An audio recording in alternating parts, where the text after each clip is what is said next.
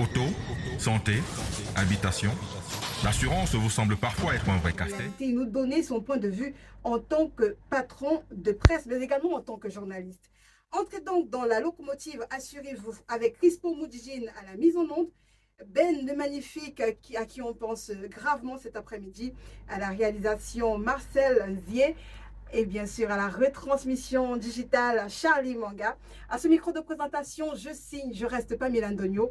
On se donne un petit bout d'Afrique et on se retrouve juste derrière. La chanson, le chanteur c'était La Fouine et c'est l'un des chanteurs préférés de notre invité de cet après-midi, lui qui a 7 ans d'expérience dans le monde des médias en tant que patron de presse. Et justement, on le reçoit Didier Dengue. Bon après-midi. Bon après-midi, Pamela Antonio. Bon après-midi à tous les auditeurs de DFM que j'ai le plaisir de retrouver cet après-midi. Et surtout, bon après-midi aux Africains, à tous ceux-là qui ont suivi cette chanson, cette magnifique chanson de La Fouine qui est sortie en 2019 et qui parle des mots qui minent l'Afrique. Une Afrique qui est remplie d'or, une Afrique remplie de richesses, mais qui est malheureusement pillée par les puissances occidentales. Et quand vous lisez le titre, Africa, c'est avec K, c'est pas avec C. Pourquoi le choix de K? Certainement, La Fouine s'est mis dans la peau d'un panafricaniste, de quelqu'un qui défend l'idéal africain, sachant que lui-même, il est africain. Au début, La Fouine chantait réellement pour l'unité africaine. Pour l'unité africaine. Alors, on peut parler de musique avec lui pendant des heures et des heures. Mais là, on est là dans le cadre des assurances. Vous qui êtes patron de presse, est-ce que vous pouvez nous parler en quelques mots, c'est quoi la plume de l'aigle? On vous appelle l'aigle, mais qu'est-ce que c'est la plume de l'aigle concrètement? Bon, l'aigle, pour ceux qui sont chrétiens et pour ceux qui sont beaucoup plus spirituels, l'aigle représente quand même un oiseau qui vole à un certain niveau que les autres ne contemplent pas, ne rêvent même pas d'arriver là-bas. Donc, il a une certaine position dans les airs. Et l'aigle est beaucoup plus représenté dans la Bible comme un animal ou alors un rapace sur lequel Dieu s'inspire ou alors voudrait que ses enfants s'inspirent pour pouvoir voler très haut. Donc c'est une inspiration, je dirais, une inspiration divine et que je chéris au quotidien et j'aimerais davantage être comme l'aigle.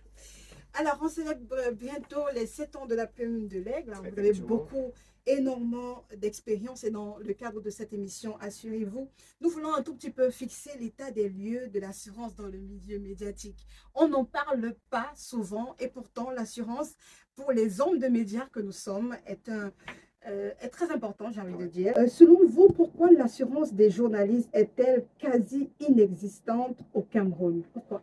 C'est une politique qui n'est pas très intégrée dans le business plan ou alors le business model de certains médias dans notre pays. Parce que quand vous regardez comment les médias, surtout les médias privés, fonctionnent, c'est un peu comme si on recrutait des gens par pitié. Excusez-moi l'expression, c'est comme si on avait... Ne vous inquiétez pas, tout ce que vous dites, on enregistre. Oui, c'est comme si on avait pitié de recruter des journalistes, des personnes qui ont été formées, que ce soit des journalistes ou alors des techniciens, des personnes qui rendent un média vivable. Parce que sans ce personnel-là, le média n'existe pas. Et vous avez également ces acteurs du digital qui mettent nos voix et tout le reste au niveau des plateformes digitales. Et du coup, quand vous êtes un promoteur de ces médias, pour la plupart, c'est que non, je vous aide et si vous ne travaillez pas, vous ne serez pas payé. On gronde même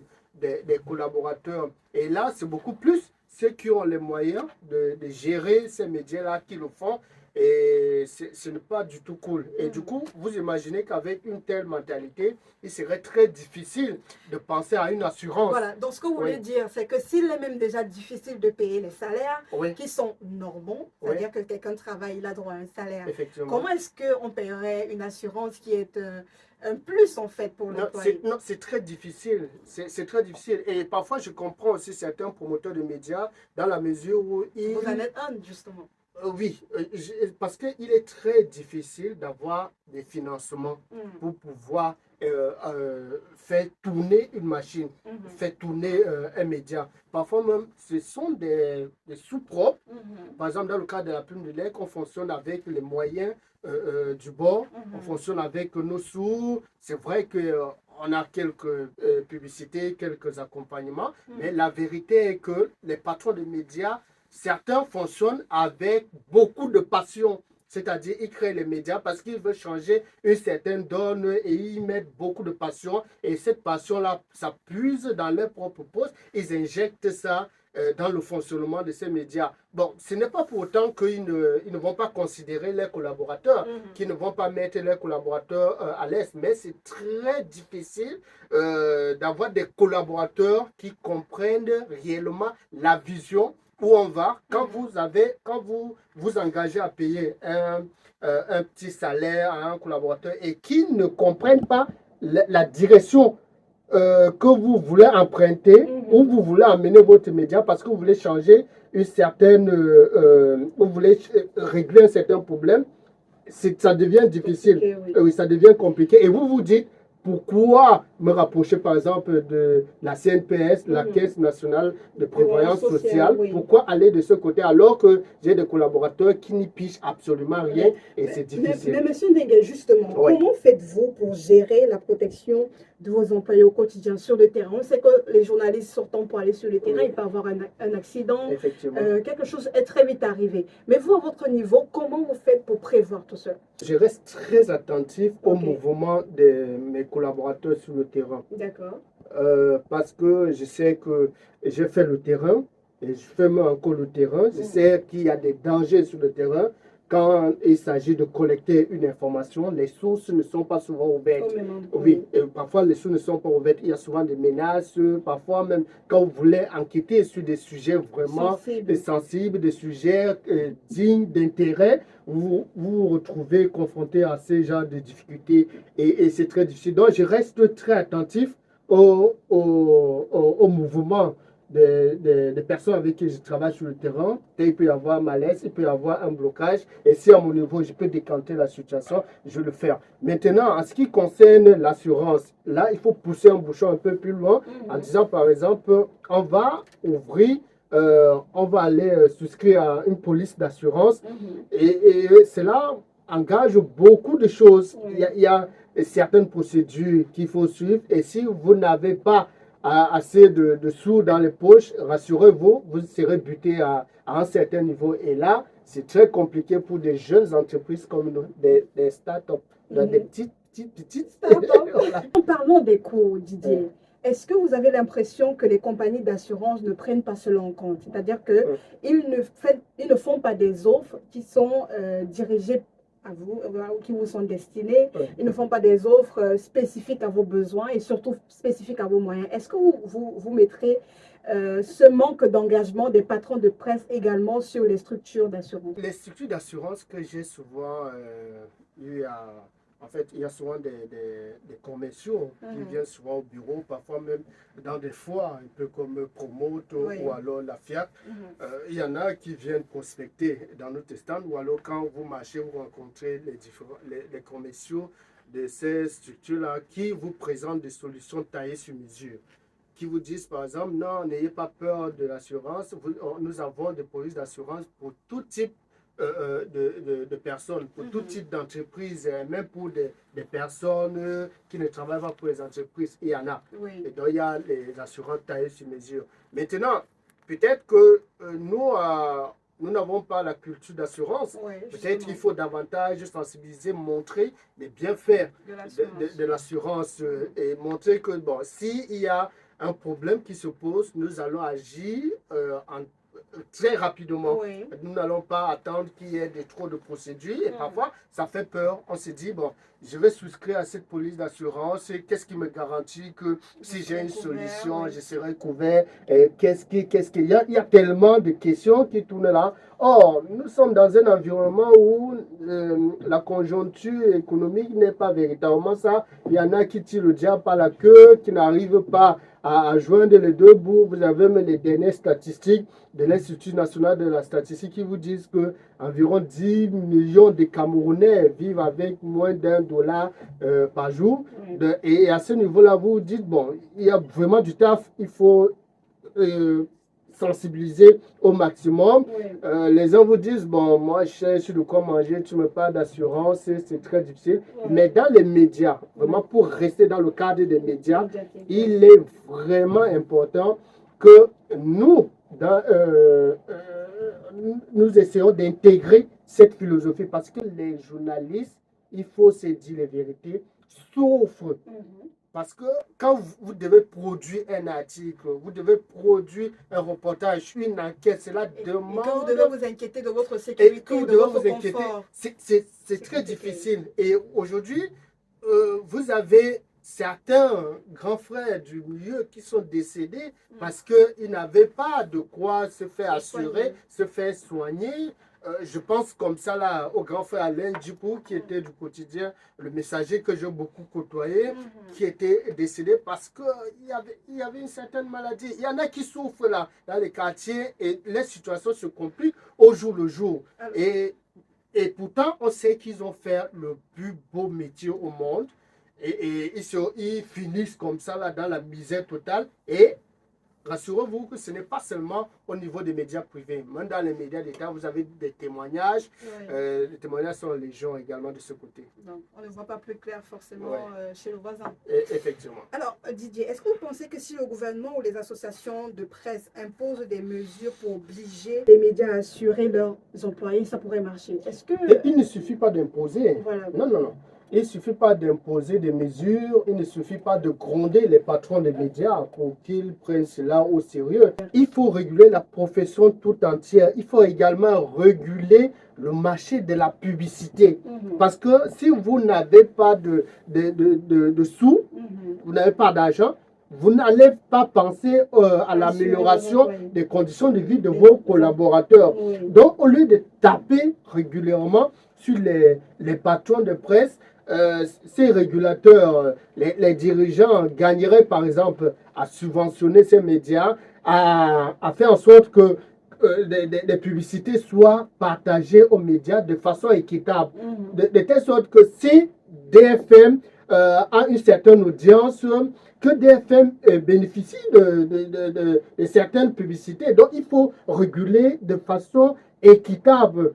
On ne peut pas régulièrement donner des pubs à certains médias qui sont de plus en plus écoutés et qui mettent les collaborateurs dans de meilleures conditions. Pendant ce temps, et parfois pas. Mais vous avez d'autres médias qui se débrouillent, qui essaient de mettre les moyens en jeu. Parfois même qui mérite aussi une place sur le soleil. Qui mérite cette place-là. Oui, mais si on ne régule pas et qu'on passe le temps à taper sur les patrons médias, il faut mettre tout le monde à l'aise, sans toutefois regarder comment ils tirent le diable par la queue. Je pense qu'il y a des réelles réflexions à mener de ce côté. Mais Didier, justement, vous êtes beaucoup apaisanti sur vous, qui êtes un petit média. Mais il y a les grands médias au Cameroun qui brassent des millions et des millions en termes de publicité, mais qui justement n'offrent pas un certain confort, aux journalistes et surtout qui ne leur donnent pas la possibilité de bénéficier d'une police d'assurance, que ce soit santé ou accident, lorsqu'ils vont sur le terrain. Est-ce que à ce niveau, que peut-on faire réellement selon vous? Je pense que c'est même à ces grands médias-là à qui il faut remonter les bretelles. Vous avez de très grands médias qui ont presque toutes les publicités du Cameroun, mais qui ont du mal à mettre leurs collaborateurs à l'aise. Et du coup, on s'est dit, mais là, si ces médias ont des patrons milliardaires et qui n'ont pas de collaborateurs millionnaires, il faut peut-être revoir la politique d'obtention des publicités et de subventions. Vous avez des médias qui sont subventionnés ou alors qui reçoivent des financements des grandes puissances, des lobbies, mais où vous avez quand même des reporters, des techniciens qui ont du Un mal. reportage sur le Benskin. Oui, sur Beskin, même pour, quand ils finissent le bouclage le soir, ils prient Dieu pour pouvoir rentrer à la maison avec les agressions. Ils ont même parfois du mal à payer le loyer chaque fin de mois ou alors envoyer leurs enfants à l'école. Donc, à ceux-là, à ces patrons-là qui mettent leurs collaborateurs dans des conditions qui datent de l'âge de la pierre taillée, parce que je pense que c'est là ils se comportent un peu comme les esclavagistes. Donc, donc il faut taper du poing. Il faut absolument taper du poing de ce côté-là. Maintenant, il faudrait que ceux qui tapent du poing soient également légitimes, qu'ils ne soient pas des corrompus, parce que vous avez des associations de journalistes parfois qui montent au créneau, descendent dans des rédactions et du coup ils partent négocier avec les patrons. Et du coup, on ne trouve pas de solution aux problèmes qui sont posés. On salue Madame Marion Obam, qui est désormais présidente du SNJC et qui, depuis qu'elle y est, mène quand même des actions pour les journalistes. On ne va pas dire le contraire. Toujours... Déjà, elle sera demain au siège de la Plume de l'Aigle. Le bureau exécutif national du SNJC sera au siège de la Plume de l'Aigle demain. C'est un rendez-vous donc. Donc, quand je parle d'association, le SNJC ne fait pas partie de cette association. C'est une bonne association. Oui, très belle Alors, association. on est à l'écoute de Assurez-vous sur la 103.9 FM. On parle d'assurance dans le milieu médiatique qui est quasiment inexistant. Pourquoi les patrons de presse n'assurent-ils pas les journalistes qui sont pourtant sujets à de nombreux dangers sur le terrain, accidents de la circulation, menaces et autres dangers? Et aujourd'hui, nous recevons dans le cadre de cette émission Didier Dengue, le patron de la Plume de l'Aigle, qui va souffler sur sa 7e bougie dans quelques jours. Et justement, Didier, alors à la fin de cette émission, est-ce que, ayant entendu tout ce que les journalistes peuvent subir au quotidien, en tant que patron de médias, vous pouvez vous dire à la fin de cette émission que vous avez pensé quand même à assurer les journalistes qui sont à la Plume de l'Aigle? Déjà, améliorer les conditions de vie de tous ceux avec qui je travaille fait partie de mon quotidien. Ça me hante. Oui. Si vous êtes employé de la Plume de l'Aigle et que ce n'est pas vous pour appeler. Si ce n'est pas. je dis si il y a des employés de la Plume de l'Aigle qui sont à l'écoute du programme et que ce que vous dites n'est pas vrai, ils peuvent appeler pour ça. Oui, ils peuvent appeler, mais ils ne sauront pas réellement ce que je pense parce que. Parce que vous faites le maximum quand même. J'essaie.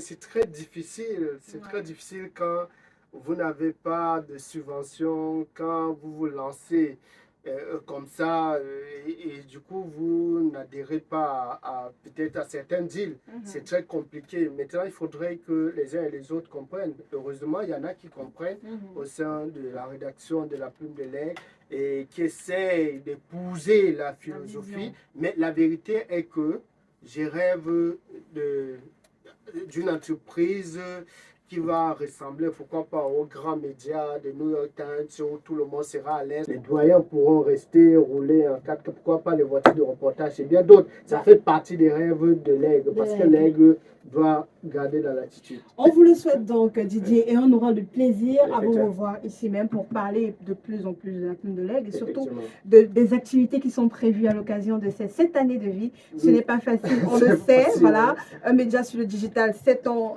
de bougie, ce n'est pas évident, vous allez traverser de nombreuses difficultés et je suis sûre que d'ici la semaine prochaine, on vous recevra également encore dans Assurez-vous pour parler davantage de la Plume de l'Aigle. Malheureusement, le temps passe très rapidement. Ça passe très rapidement. Un dernier mot avant de partir? Bon, un dernier mot avant de partir, c'est j'adresse mes condoléances aux familles de nos 12 militaires qui ont été tués par les terroristes de Boko Haram.